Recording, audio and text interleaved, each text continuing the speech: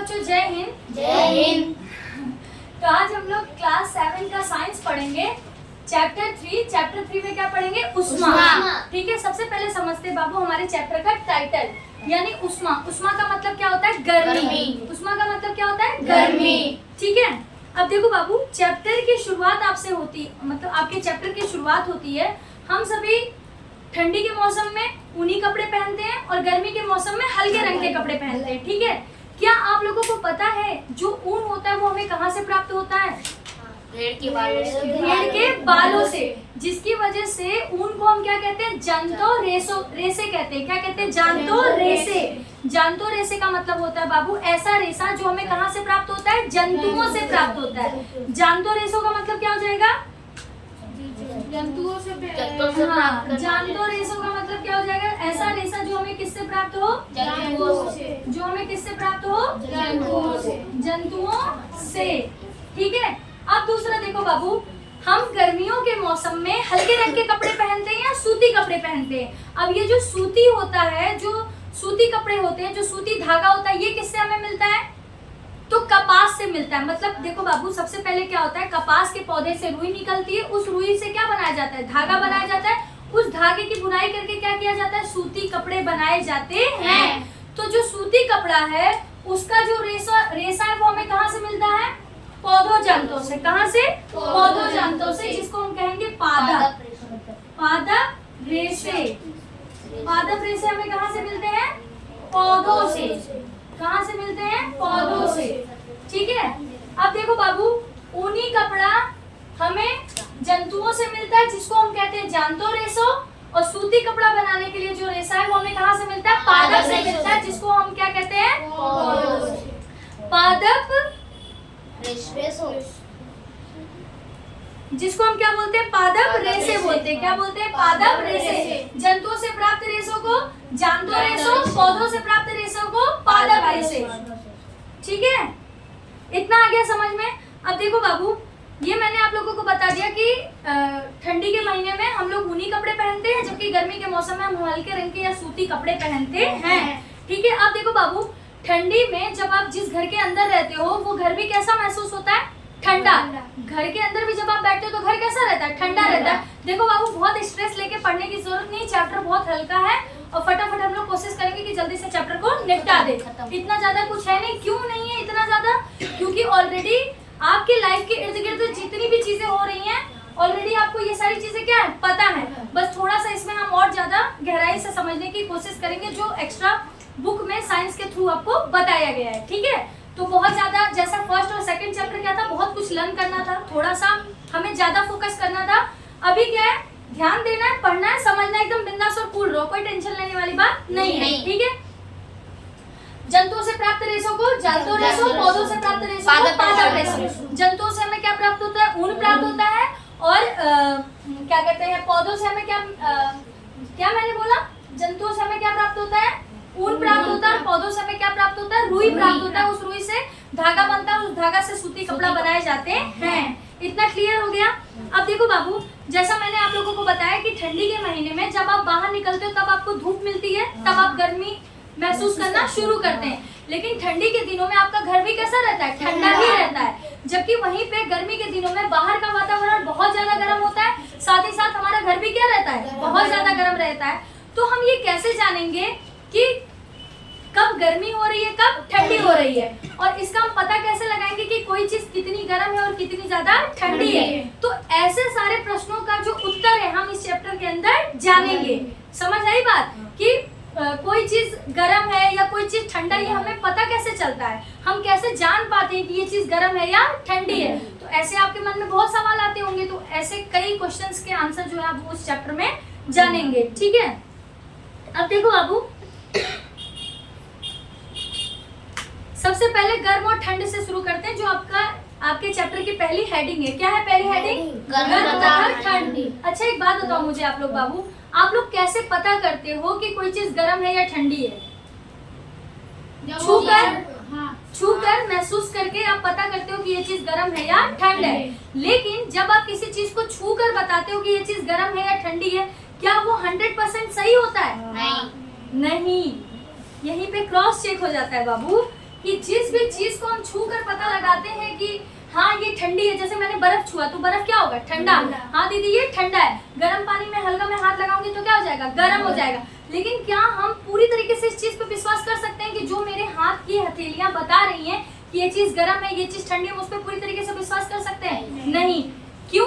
तो इसका खंडन किया गया है, उसको समझते हैं। देखो बाबू, समझो 3 बॉल लिए हम लोगों ने, एक बॉल में गर्म पानी रख दिया, एक बॉल में ठंडा पानी रख दिया और एक बॉल में हमने क्या कर दिया, नॉर्मल पानी रख दिया। ठीक है, अब जैसे मैं और निहारिका और बगल में नरसिम्हा खड़े हो गए। ठीक है, निहारिका के पास गर्म पानी, मेरे पास ठंडा पानी और नरसिम्हा के पास नॉर्मल पानी।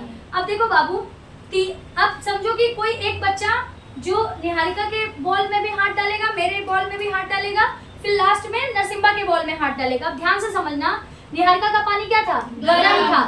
तो समझो दिव्यांशु ने निहारिका के पानी पे क्या डाला, हाथ डाला, और डालने के बाद वो नॉर्मल पानी में जब हाथ डालेगा तो उसको कैसा महसूस होगा, नहीं, गरम महसूस होगा। निहारिका का पानी कैसा था, गरम था। फिर जब वो नॉर्मल पानी में भी हाथ डालेगा तो थोड़ी देर तक उसको कैसा महसूस होगा, गरम। फिर धीरे धीरे जैसे ही जिस हाथ बॉल के अंदर उसने हाथ डाला है, फिर वो उसको रियल टेम्परेचर जो है वो मिलना शुरू हो जाएगा। तो कहेगा कि हाँ अब जाके ये वाला जो पानी है वो नॉर्मल है। क्लियर? मेरा पानी कैसा था, ठंडा था। अब मेरे बॉल में अगर किसी ने हाथ डाला, फिर अगर वो नॉर्मल पानी में हाथ डालेगा तो कुछ सेकंड तक उसको कैसा महसूस होगा, ठंडा ही ठंडा, क्योंकि हाथ क्या पड़ गया है, ठंडा ठंडा। समझ रहे हो ना, ठंडा ठंडा हो गया पूरी तरीके से हाथ। अब जब नॉर्मल पानी में डालेगा तो भी हाथ कैसा उसको फील होगा, शुरुआत के कुछ सेकंड्स तक हाथ ठंडा ही महसूस होगा, जबकि ये पानी कैसा था, नॉर्मल। एक बच्चा जो गर्म पानी में हाथ डाल के नॉर्मल में डालता है तो उसको क्या महसूस होता है, गर्म। एक बच्चा जब उसी ठंडे पानी में हाथ डालकर फिर नॉर्मल पानी में हाथ डालता है तो उसको कैसा महसूस होता है, ठंडा। समझ में आ रहा है? तो क्या हम सच में अपने हाथ की इंद्रियों पे विश्वास कर सकते हैं? नहीं, विश्वास नहीं कर सकते, क्योंकि अगर मैंने गर्म पानी को छूकर नॉर्मल पानी में हाथ डाला तो मेरे को गर्म बता रहा है, और जब मैंने ठंडे पानी में हाथ डालकर नॉर्मल पानी में हाथ डाला तो मुझे क्या बता रहा है, ठंडा। ठीक है, मतलब निहारिका का गर्म, मेरा ठंडा, ऐसे समझ लो। ठीक है, तो क्या उसने सही बताया कि ये पानी जो है वो नॉर्मल है? नहीं। तो हम अपने स्पर्श इंद्रियों, इसको क्या कहते हैं बाबू, स्पर्श का मतलब होता है छूना। हम किससे छूते हैं, अपने हाथों से, यानी कि हम अपने स्पर्श इंद्रियों पर विश्वास नहीं कर सकते हैं। तो कोई चीज गर्म है या ठंडी, इसका हम पता कैसे करेंगे फिर? तो इसके लिए तापमापी बनाया गया है। क्या बनाया गया बाबू, तापमापी। यानी कि किसी भी वस्तु के ताप को मापने के लिए एक यंत्र बनाया गया जिसको हम क्या कहते हैं, तापमापी। ठीक है, अब देखो बाबू, इंसान के शरीर का टेम्परेचर नापने के लिए, यानी कि मनुष्य के शरीर का ताप नापने के लिए एक युक्ति बनाई गई, यानी एक यंत्र बनाया गया जिसको हम क्या कहते हैं, डॉक्टरी थर्मामीटर। क्या कहते हैं, डॉक्टरी थर्मामीटर।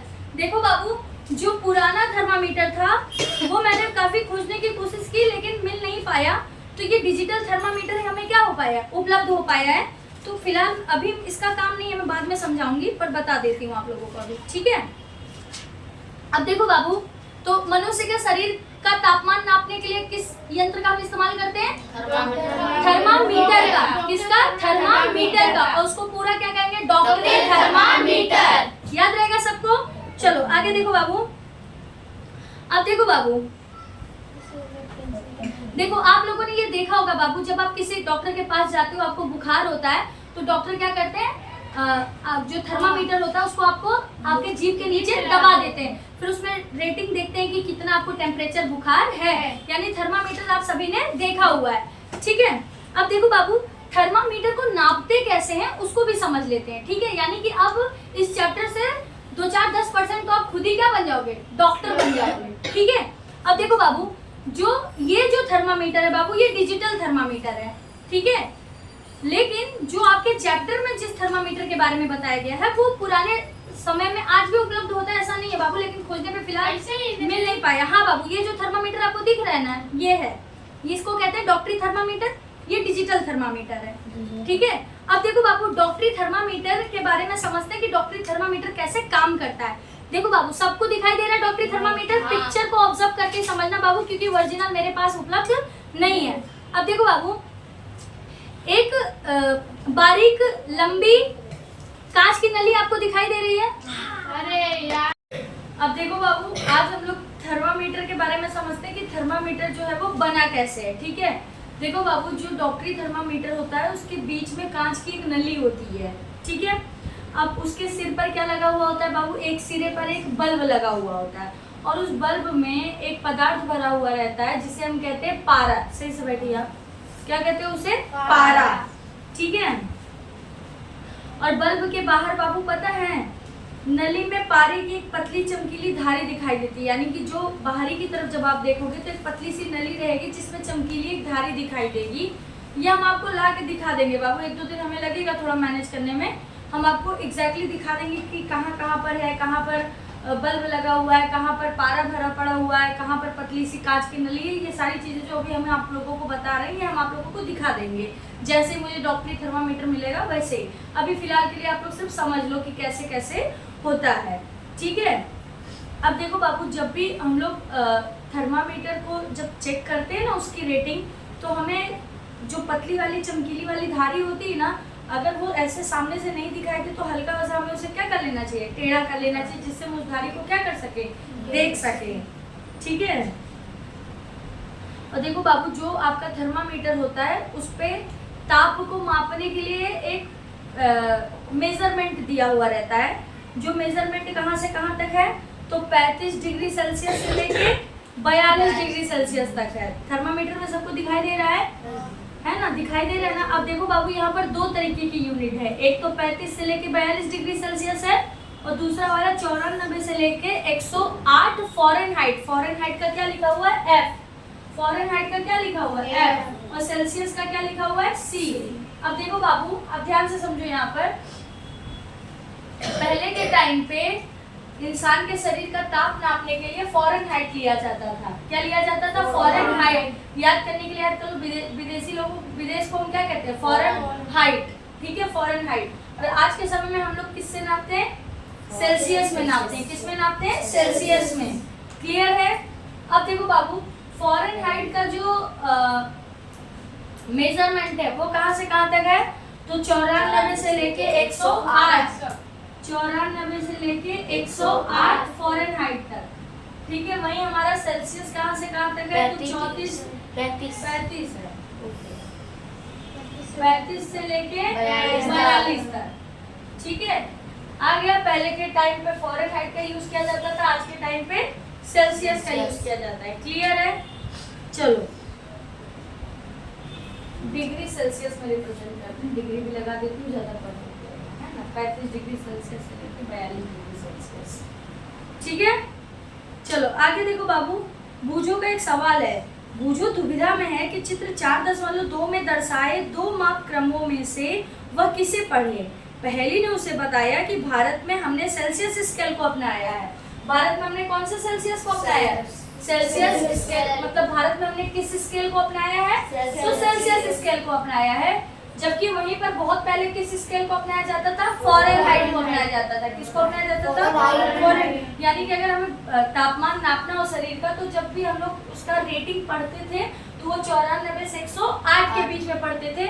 आज भी देखो, जब पुरानी पिक्चरें देखी जाती हैं तो उसमें कहा जाता है 105 फ़ारेनहाइट बुखार है। समझ में आ रहा है ना? 105 लोग बोल देते हैं 105 डिग्री बुखार है, 102 डिग्री बुखार है, लेकिन वो 2 डिग्री बुखार नहीं होगा। वो क्या होता है?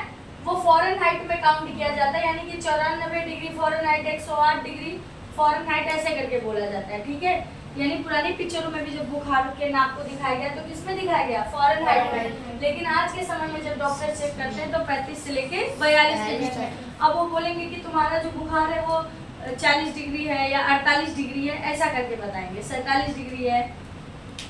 अरे सर क्या बोल रहे हैं हम? मतलब कि 37 डिग्री है, 38 डिग्री है, ऐसा। ठीक है, मतलब कि 42 के अंदर।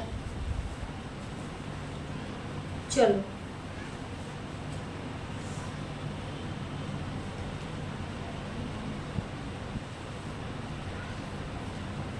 क्लियर है ना बाबू? जो लोग बोलते हैं कि मुझे 105 डिग्री बुखार था, वो 105 डिग्री बुखार किस में था? फ़ारेनहाइट में। लेकिन आज के समय में कौन सा स्केल लिया जाता है? 35 डिग्री सेल्सियस से 42 डिग्री सेल्सियस। अगर अब आजकल आप सुनते हो कि कोई मुझे बोलता है 102 डिग्री बुखार था, नहीं, क्योंकि अब हम लोग किस में पढ़ने लगे हैं, सेल्सियस।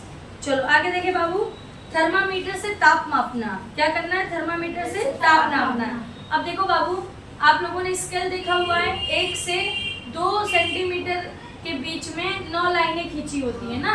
तो अगर जैसे पढ़ना होता तो हम क्या पढ़ते हैं, 1 से अगर 2 तक हम गए और बीच में 5 पे रुक गए तो क्या पढ़ेंगे, 1.5 ना। और 3 से 4 तक जाने के बीच में अगर 3 से और 7 कदम हम आगे जाते हैं छोटी पाई में, समझो कि हम अभी 3 पे हैं और ये हमें किस पे जाना है, 4 पे जाना है, और बीच में 1 2 3 4 5 6 7 8 9, और मैं समझ जाओ 1 2 3 4 5 6 7 पे जाके रुक गए तो क्या पढ़ेंगे इसे, 3.7। क्या पढ़ा जाएगा, 3.7। आ गया ना समझ में। ऐसे ही तो पढ़ा जाता है, सेम ऐसे ही हमारे तापमापी में भी पढ़ा जाता है, ठीक है। जितने पे रहोगे उसको पढ़ लो और उसमें जो छोटी पाई है उसको गिन लो, तो पॉइंट करके उतना आपका बुखार बता दिया जाएगा, ठीक है। मान लो कि 10 लाइन 38 ले लो, 38 के बाद, हाँ 10 लाइन मैंने 10 लाइन कहा लिया, 1 2 3 4 5 6 7 8 9, ये तो 10वीं चौथे उस पे आ गया ना, 4 पे। बीच में सिर्फ 9 लाइन होती है, अगली लाइन हमारी 10वीं लाइन होती है। मैंने 3 जो लिखा है ना, 3 के नीचे वाला लिख दिया। 3 के नीचे वाला, ये 3 हो गया बाबू, और ये हो गया हमारा 4, और बीच में क्या लाइन, 9 लाइन, ठीक है। चलो अब आगे देखो बाबू, अब देखो कि हमें थर्मामीटर इस्तेमाल कैसे करना चाहिए, ठीक है। जब भी हम थर्मामीटर को इस्तेमाल करते हैं बाबू, तो उसको रोगाणु रोधक जो एक लिक्विड आता है, जिसको कहा जाता है घोल, लिक्विड यानी कि घोल, उसमें क्या किया जाता है, पहले अच्छे तरीके से वॉश कर लिया जाता है, यानी कि उसको पोंछ लिया जाता है। तब हमें, क्योंकि एक ही थर्मामीटर से हम कई लोगों का बुखार चेक करते हैं, तो अब एक जन का अगर चेक करके दूसरे में डाल देंगे तो कीटाणु ट्रांसफर होने का डर रहता है ना। तो उसको हमें किस में धो लेना चाहिए, रोगाणु रोधक घोल में। किस में धो लेना चाहिए, रोगाणु रोधक घोल में। उसको क्या कर लेना चाहिए, धो लेना चाहिए, ठीक है। अब देखो बाबू, कोई एक ऐसा रोगाणु रोधक का नाम आप लोग जानते हो, आइसोप्रोपाइल। क्या है, आइसोप्रोपाइल। लिखा नहीं है, लेकिन जब आप लोग इतना पढ़ रहे हो तो इसको याद रखो, आइसोप्रोपाइल। ये क्या है, एक एंटीसेप्टिक घोल है। क्या है, एंटीसेप्टिक घोल। बुक में नहीं दिया गया बाबू, पर अपने नॉलेज के लिए इसको रखो। वो कौन सा घोल है जिसमें थर्मामीटर को वॉश किया जाता है कीटाणुओं को मारने के लिए, आइसोप्रोपाइल। देखो आप लोग प्रोफाइल बोलते ही हो ना, अपनी प्रोफाइल दिखाओ, तो उससे क्या याद कर लो, प्रोफाइल, और आइसो याद कर लो, आइसोप्रोपाइल। ये क्या है, एंटीसेप्टिक है। क्या है, एंटीसेप्टिक, यानी कि किसी भी कीटाणुओं को क्या कर देता है, मार देता है। अभी याद रहेगा ये आइसोप्रोपाइल क्या है, एक तरीके का रोगाणु रोधक घोल है जिसमें किसको धुला जाता है, थर्मामीटर को, ठीक है। चलो अब देखो बाबू, जब भी हम यूज करें ना थर्मामीटर, तो हमें क्या करना चाहिए, उसको थर्मामीटर को एकदम अच्छे से झटक देना चाहिए। क्यों झटक देना चाहिए, जो कांच के अंदर जो पारा भरा हुआ था वो 35 डिग्री सेल्सियस के कहाँ चला जाए, नीचे चला जाए, ठीक है। क्यों, देखो बाबू, रेटिंग कहाँ से शुरू होती है, 35 डिग्री सेल्सियस से लेकर 42 डिग्री सेल्सियस तक। मान लो कि किसी ने ऐसे नाप को आपके रख दिया है और वो पारा जो है खिसक खुसक के कहीं आगे पीछे हो गया है, तो सबसे पहले उसको क्या कर दो, उसकी जगह पे कर दो, एकदम झटक के 35 डिग्री सेल्सियस से भी कहाँ डाल दो, नीचे डाल दो। नीचे डाल दोगे अपनी जगह पे आ जाएगा। अब जब नापोगे तो इनके बीच में वो रेटिंग देना शुरू करेगा, ठीक है। अब देखो बाबू, एक जो सामान्य इंसान होते हैं ना, इनके शरीर का तापमान कितना होता है, तो हम जैसे सामान्य मनुष्य के शरीर का तापमान होता है 37 डिग्री सेल्सियस। कितना, 37 डिग्री सेल्सियस। 37 डिग्री सेल्सियस, ठीक है। यानी कि अगर किसी का तापमान 35, 36 या 37 है तो समझो उसके बॉडी का तापमान कैसा है, नॉर्मल है, उसको कोई बुखार नहीं है। लेकिन जैसे ही 37 से आगे बढ़ेगा, 38, 39, 40, उसका बुखार जो है वो बढ़ता चला जाएगा, ठीक है। तो क्वेश्चन आपसे पूछा जा सकता है कि एक सामान्य मनुष्य का शरीर का तापमान कितना होता है, 37 डिग्री सेल्सियस। 37 degree Celsius. अब बूझो का, सॉरी, पहेली का यहाँ पर एक सवाल है। पहेली बोलती है कि जब उसने अपने शरीर का ताप मापा तो उसका ठीक ठीक एकदम 37 डिग्री सेल्सियस नहीं आया, तो चिंता की बात है। तो देखो बाबू, अब यहाँ पर समझो, जैसे कि जब बहुत लोग इकट्ठा होते हैं ना, तो एक सर्वेक्षण किया जाता है, तो जिसमें ज्यादातर लोगों का जो स्वस्थ इंसान के शरीर का ताप निकल कर आया वो कितना आया? 37 आया। लेकिन अगर किसी का 36 होता है या 35 होता है तो कोई घबराने वाली बात नहीं है। ठीक है, समझ में आ रहा है ना? ज्यादा से ज्यादा लोगों की जब चेकिंग की गई तो उसमें सामान्य लोगों के शरीर का जो ताप था वो कितना पाया गया? 37, यानी एवरेज लोगों का 37 डिग्री सेल्सियस निकल कर आया। इस वजह से एक यूनिट फिक्स कर दिया गया कि ज्यादातर लोगों के बॉडी का जो नॉर्मल टेम्परेचर होता है वो कितना होता है? 37 डिग्री सेल्सियस होता है। ठीक है, तो अगर किसी का 35 हो, 36 हो या 37 हो तो कोई घबराने वाली बात नहीं है। हाँ, लेकिन अगर 37 से आगे जाता है तो आपको पक्का बुखार बढ़ना तो शुरू ही हो जाएगा। ठीक है, अब अगला देखो बाबू, तो ये मैंने आपको बता दिया बाबू कि डॉक्टरी थर्मामीटर उपयोग करने के लिए आवश्यक सावधानियां, क्या क्या सावधानियां रखनी होंगी जब भी आप थर्मामीटर को यूज करो। उसको रोगाणुरोधक घोल में धो लो। कोई एक रोगाणुरोधक का नाम बताओ, तो वो है आइसोप्रोपाइल। आइसोप्रोपाइल क्या है? रोगाणुरोधक घोल। रोगाणुरोधक, जो रोगाणुओं को क्या कर दे? रोक दे, रोगाणुरोधक घोल। ठीक है, अब देखो बाबू, अब और क्या करना चाहिए हमें, और सुनिश्चित कर लेना चाहिए, मतलब उसको पारा को क्या करते हैं? हाँ, झटक देना चाहिए, जिससे जो पारा है वो कहाँ चला जाए? 35 डिग्री सेल्सियस के नीचे। ठीक है, अगला हमें क्या करना चाहिए बाबू, जब भी हम थर्मामीटर को चेक करें तो एकदम फ्रंट में ऐसे सामने रख के चेक करें। ये नहीं कि गेम खेलने लग जाए, हाँ वहीं पे झूझा करने लग जाए और जो उसका टेम्परेचर है वो सही हमें ना पता चले। इसलिए एग्जैक्ट अपने आप के सामने रखो, अच्छे से उसकी रेटिंग को ऑब्जर्व करो। क्लियर है? चलो अगला देखते हैं बाबू। बूझो के मस्तिष्क में एक नटखट विचार आया। वह डॉक्टरी थर्मामीटर से गर्म दूध का ताप मापना चाहता था। पहली ने उसको ऐसा करने से रोक दिया। बूझो को बाबू इधर देखो, एक शरारत सूझती है कि बुखार नापने वाला डॉक्टरी थर्मामीटर तो है ही, वो टेम्परेचर को क्या कर देता है? बता देता है, ताप को बता देता है कि कितना ताप है। तो गर्म उबलते हुए दूध का हम लोग ताप ना ले लें, लेकिन पहली ने उसको ऐसा करने से मना कर दिया। तो क्यों मना कर दिया, कोई मुझे बताएगा कि क्यों? एक ऐसा ताप मापी यंत्र जिससे हम अपने बुखार को तो नाप सकते हैं लेकिन उबलते हुए दूध को नहीं नाप सकते हैं। देखो बाबू, होता क्या है, जो इंसान के शरीर को नापने के लिए जो डॉक्टरी थर्मामीटर बनाई गई है उसको उसी हिसाब से बनाया गया कि इंसान के शरीर का नाप लिया जा सके। अब देखो बाबू, अब एक बात मुझे बताओ कि उस डॉक्टरी थर्मामीटर में ऐसा क्या होता है जो वो बुखार को नाप लेता है? जो मैंने आपको बताया बाबू, कांच का जो छोटा सा टुकड़ा होता है उसकी टोपी की तरफ, आगे की मुंह की तरफ, सिरे की तरफ, उसमें पारा भरा हुआ होता है। ध्यान से समझना, पारा गर्म पाकर क्या करता है? फैलता है, और पारा और ठंडा पाकर क्या होता है? सिकुड़ता है। तो जैसे ही हम अपने जीभ के नीचे उस मशीन को रखते हैं जिसमें पारा भरा हुआ रहता है, यानी हमारा थर्मामीटर, तो पारा अपने आकार को गर्म पा, क्योंकि हमारा शरीर का तापमान क्या है? गर्म है, तो पारा क्या होने लगता है? बढ़ने लगता है, और जितना हमारा ताप रहेगा उस हिसाब से बढ़कर वहीं पर रुक जाएगा। और जब हम लोग उसको देखते हैं तो हम समझ जाते हैं कि अच्छा हमें इतने डिग्री सेल्सियस का बुखार है। क्लियर है? तो वो कौन सी चीज है जो थर्मामीटर के अंदर पारा को बताने में मदद थर्मामीटर के अंदर ताप को बताने में मदद करता है, तो वो क्या है? हमारा पारा। ठीक है, याद रखना बाबू, पारा गर्म पाकर फैलता है और ठंडा पाकर सिकुड़ता है। ठीक है, अब देखो बाबू, तो इस वजह से जो डॉक्टरी थर्मामीटर होता है उसको ऐसा ही बनाया गया कि वो इंसान के शरीर का ही ताप नाप सके। ठीक है, सिर्फ ह्यूमन बॉडी के टेम्परेचर को ही क्या कर सके? नाप सके। चलो आगे देखो बाबू। अब देखो बाबू, जो डॉक्टरी थर्मामीटर का जो बल्ब होता है ना बाबू, उसमें एक चीज लगी हुई होती है जिसे हम कहते हैं विभंग या किंक। क्या कहते हैं? विभंग या किंक। विभंग या किंक। ये क्या करता है बाबू? जो पारा होता है ना उसको गिरने नहीं देता है। ठीक है,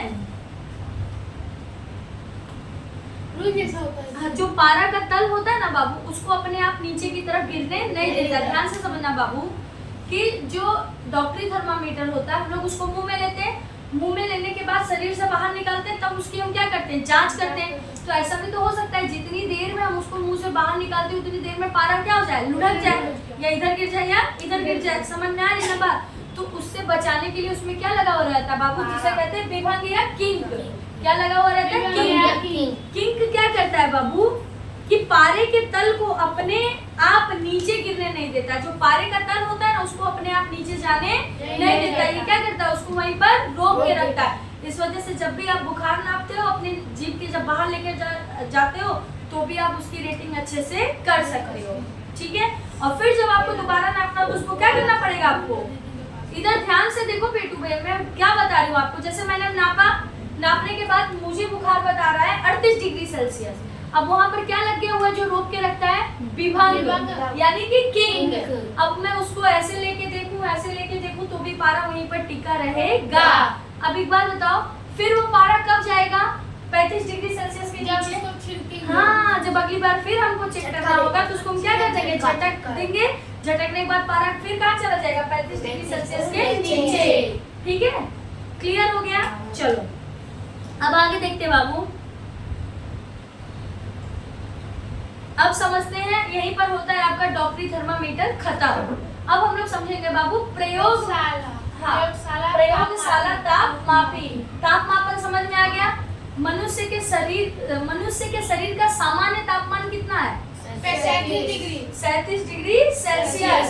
आप मनुष्य के शरीर का ताप मापने के लिए जो यंत्र बनाया गया जिसे हम थर्मामीटर कहते हैं, उसमें सेल्सियस कहाँ से कहाँ तक है? 42 डिग्री सेल्सियस। उसमें फ़ारेनहाइट कितना है? तो 94 से लेके 108 फ़ारेनहाइट। पुराने टाइम पे कौन सा यूनिट लिया जाता था? फ़ारेनहाइट। आज के समय में क्या लिया जाता है? सेल्सियस। बस इतना ही है बाबू। पारा को रोकने के लिए थर्मामीटर के अंदर क्या लगा रहता है? क्या लगा रहता है? विभंग। एक काम करो, एक ही नाम याद कर लो बाबू, विभंग। क्या लगा हुआ रहता है? विभंग। ठीक है, एक ऐसे एंटीसेप्टिक घोल का नाम बताओ। आइसोप्रोपाइल। हाँ, अब देखो बाबू, मैंने अभी एंटीसेप्टिक बोला, उसको आप हिंदी में रोगाणुरोधक घोल भी बोल सकते हो। ठीक है, एंटीसेप्टिक या रोगाणुरोधक घोल। किसी एक एंटीसेप्टिक या रोगाणुरोधक घोल का नाम बताओ। आइसोप्रोपाइल। क्या है? आइसोप्रोपाइल। क्लियर है? कितना हो गया? चलो अब प्रयोगशाला तापमापी पढ़ते हैं बाबू। इधर देखो बाबू, शरीर का तापमान छोड़कर जब हमें किसी और चीज का तापमान नापना हो तो हम किसका उपयोग करते हैं? प्रयोगशाला तापमापी का। जैसे कि बूझों के मन में सवाल आया था कि उबलते हुए दूध का ताप नापने के लिए तो डॉक्टरी थर्मामीटर का तो इस्तेमाल नहीं कर सकते थे, तो वहां पर उबलते हुए दूध का ताप नापने के लिए हम किसका इस्तेमाल करते हैं? प्रयोगशाला थर्मामीटर का। किसका? प्रयोगशाला। हाँ, प्रयोगशाला तापमापी का, ये ज्यादा उचित रहेगा। प्रयोगशाला तापमापी का। अब देखो बाबू, जो प्रयोगशाला तापमापी होता है इसका यूनिट कितना है? तो 10 डिग्री सेल्सियस से 110 डिग्री सेल्सियस तक। स्केल में दिखाई दे रहा है ना बाबू? -10 डिग्री सेल्सियस से लेके 110 डिग्री सेल्सियस। ठीक है, हो गया बाबू? चलो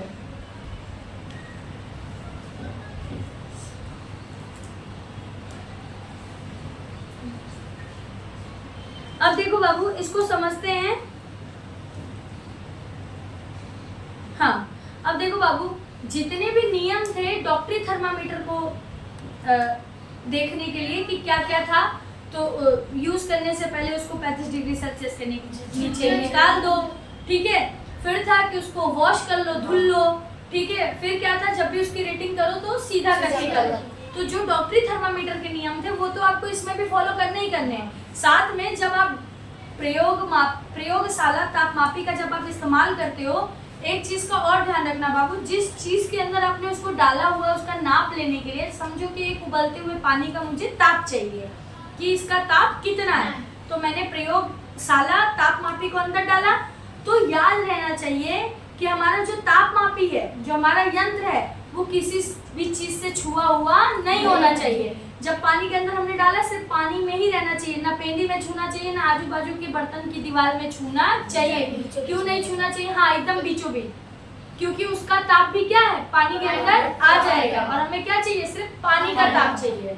ठीक है, तो रेटिंग क्या हो सकती है, गलत हो सकती है। और दूसरी चीज, डॉक्टरी थर्मामीटर में हम लोग जीभ के नीचे जब डॉक्टरी थर्मामीटर को रखते थे और उसका रेटिंग लेने के लिए उसको क्या करते थे, मुंह से बाहर निकालते थे, फिर ऐसे करके चेक करते थे कि अच्छा कितने डिग्री सेल्सियस बुखार है। लेकिन जब आप प्रयोगशाला तापमापी का इस्तेमाल करते हो तो डालते हुए ही जब उसकी रेटिंग आनी शुरू हो जाती है तो आपको तुरंत ही ऑब्जर्व करना है कि अच्छा यहाँ पर कितना इसका ताप है, तो 10 -10 से 110 के बीच में, मान लो 80 डिग्री सेल्सियस है या जो भी आए, तो तुरंत उसी में लगे हुए आपको क्या करना होगा, मापना होगा। क्यों? क्योंकि जैसे ही आप बाहर निकालोगे उसकी रेटिंग क्या हो जाएगी, गिर जाएगी। जबकि डॉक्टरी थर्मामीटर में ऐसा नहीं होता। डॉक्टरी थर्मामीटर में आप आराम से मुंह से निकालने के बाद भी उसकी रेटिंग नोट कर सकते हो। किसकी वजह से?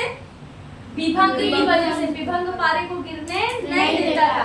लेकिन प्रयोगशाला तापमापी में ऐसी कोई सुविधा नहीं है। उसमें आपको उस चीज के अंदर ही डाले रेटिंग चेक करनी होगी और फिर आप लिख लो कि अच्छा इतना डिग्री सेल्सियस पे पानी गर्म है या दूध गर्म है।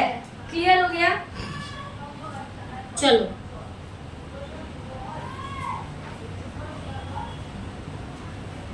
अब देखो बाबू, वही है कि तापमापी, देखो बाबू, जैसे कि जब जो पहला वाला जो थर्मामीटर था उसमें क्या भरा हुआ था, पारा। और जैसे कि कई घरों में जब छोटे बच्चों को बुखार होता तो लोग क्या करते थे, थर्मामीटर को खरीद कर लेकर चले आते थे। जब कई टाइम के बाद थर्मामीटर खराब हो जाता था तो थर्मामीटर को निपटान करना मतलब जैसे आपके घर का कचरा वचरा आप कहाँ डाल देते हो, कूड़ेदान में डाल देते हो, वैसे ही थर्मामीटर का निपटान करना बहुत मुश्किल है बाबू। क्यों? क्योंकि उसके अंदर क्या भरा हुआ है, पारा। और पारा ह्यूमन बीइंग के लिए क्या है, बहुत ज्यादा नुकसानदायक है। तो लोग ऐसे डस्टबिन में तो फेंक देते थे, डस्टबिन के बाद फिर कूड़ेदान से जिस जगह पर जाएगा वो क्या करेगा, नुकसान ही तो करेगा। इस वजह से फिर लोगों ने जो पुराना डॉक्टरी थर्मामीटर था उसको बंद करके कौन सा थर्मामीटर चालू कर दिया, डॉक्टरी थर्मामीटर। कौन सा थर्मामीटर? अरे डिजिटल थर्मामीटर। मतलब डॉक्टरी थर्मामीटर में ये भी डॉक्टरी थर्मामीटर ही कहलाएगा, लेकिन कैसा थर्मामीटर है, डिजिटल थर्मामीटर है। ठीक है, हाँ। इस वजह से इसको अभी शुरू कर दिया गया।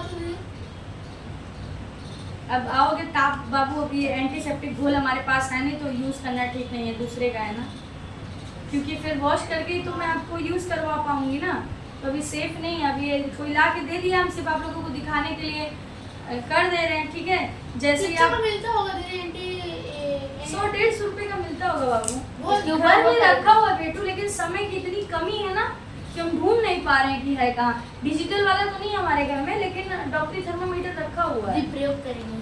हाँ, प्रयोग करेंगे इसकी। हाँ, अच्छा ये वाला मंगा देंगे बाबू, ये वाला मंगा देंगे तो बिल्कुल प्रयोग कीजिएगा। ये क्या है दीदी? ये वही तो है, प्रयोगशाला तापमापी है।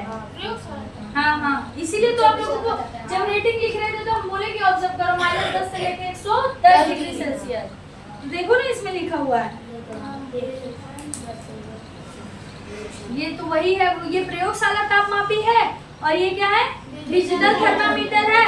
और जो और पिक्चर पन्ना पलटो, ये डॉक्टरी थर्मामीटर है। क्लियर हो गया तीनों? चलो अब देखो बाबू, ये देखो, जब जग के अंदर इन्होंने प्रयोगशाला तापमापी को डाला हुआ है तो देखो बॉटल के पेंदी पे छुआया नहीं है, न किनारे जग के दीवार को छुआ हुआ है, सिर्फ पानी के क्या है, बीचों बीच है। आगे बाबू समझ में आगे बढ़े? चलो नीचे भी नहीं छुआना पड़ेगा ना? इसका तापमान दिखता है, तापमान मतलब वो डिग्री सेल्सियस है ना बाबू, उसी पे जाके रुक जाएगा। तो हम बता लेंगे कि ये 50 डिग्री सेल्सियस गर्म है या 60 डिग्री सेल्सियस गर्म है। इधर देखो बाबू, समझो कि ये हमारा तापमापी है। ठीक है, अब मैंने इसको पानी के अंदर डुबो दिया, अब ये जो रेटिंग है वो बढ़ना शुरू हो जाएगा। समझो 50 डिग्री सेल्सियस पे आके रुक गया, तो हम बता लेंगे कि ये जो पानी है वो कितना गर्म है, 50 डिग्री सेल्सियस गर्म है। आया बाबू समझ में? ऐसे रेटिंग लिखी रहेगी ना, -10 है ना, ऐसे करके क्या होगा, लिखा रहेगा कहाँ तक, 110 डिग्री सेल्सियस तक। और जो भी होगा वो आपको मिल जाएगा, उसी पे जाके क्या हो जाएगा, रुक जाएगा और आपको बता देगा कि इसका ताप कितना है। क्लियर है बाबू? दिव्यांशु कोई डाउट अभी नहीं है ना? ठीक है, चलो आगे देखते हैं बाबू। हाँ, तो जी समझ में आया बाबू, तो उसमें जो पारा होता है उसका निपटान करना बहुत मुश्किल होता है, इसकी वजह से क्या बनाया गया, डिजिटल थर्मामीटर बनाया गया। ठीक है, अब इसको जब मुंह में रखोगे ना बाबू तो इसमें रेटिंग आना, ये जो जगह है ना इसमें रेटिंग आना शुरू हो जाएगा कि कितना डिग्री सेल्सियस आपको बता रहा है।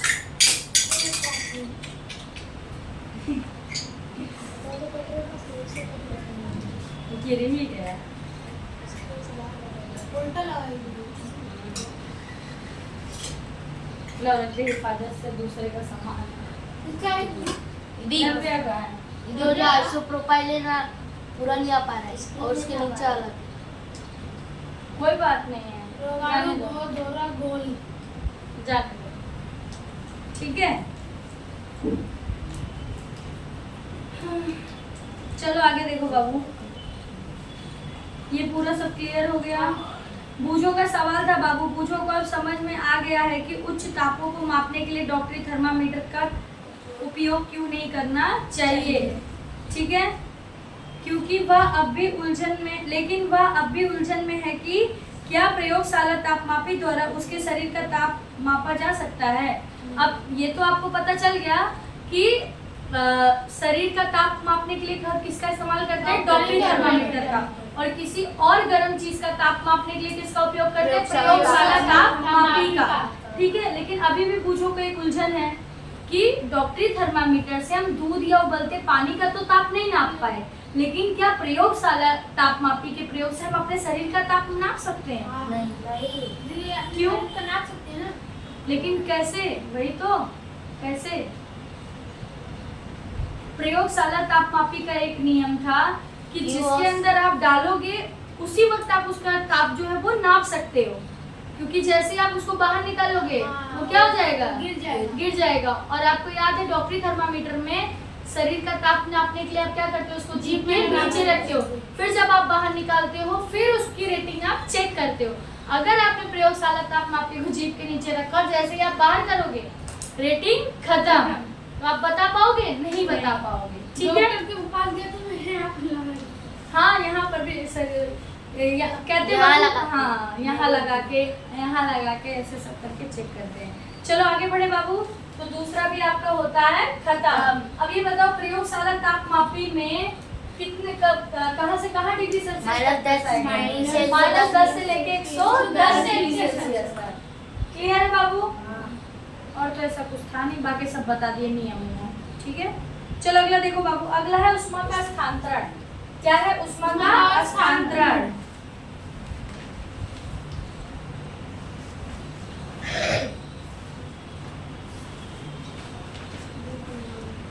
देखो बाबू, आप लोगों ने देखा होगा कि जब भी हम लोग किसी भी बर्तन को गैस पर चढ़ाते हैं, ठीक है, जो थोड़े समय बाद जब हम उसको नीचे उतार लेते हैं तो धीरे धीरे बर्तन क्या हो जाता है, ठंडा होना शुरू हो जाता है। क्या होना शुरू हो जाता है, ठंडा। कोई गर्म, आप गर्म बोले ना, अच्छा ठंडा, हाँ ठंडा होना शुरू। हम सोच रहे हैं इतना चीज नहीं बता पा रहे कि उतरने के बाद धीरे धीरे क्या होगा, तपेला ठंडा होगा। अब देखो बाबू, तो जो तपेले की जो गर्माहट है वो गई कहाँ। जो तपेला हमारा गर्म था अभी तक रखते ही धीरे धीरे ठंडा, हाँ वो आसपास के हमारे परिवेश में क्या हो जाता है, चला जाता है। आसपास के परिवेश में क्या हो जाता है, हवा आता है तो वही ठंडा करके चला जाता है।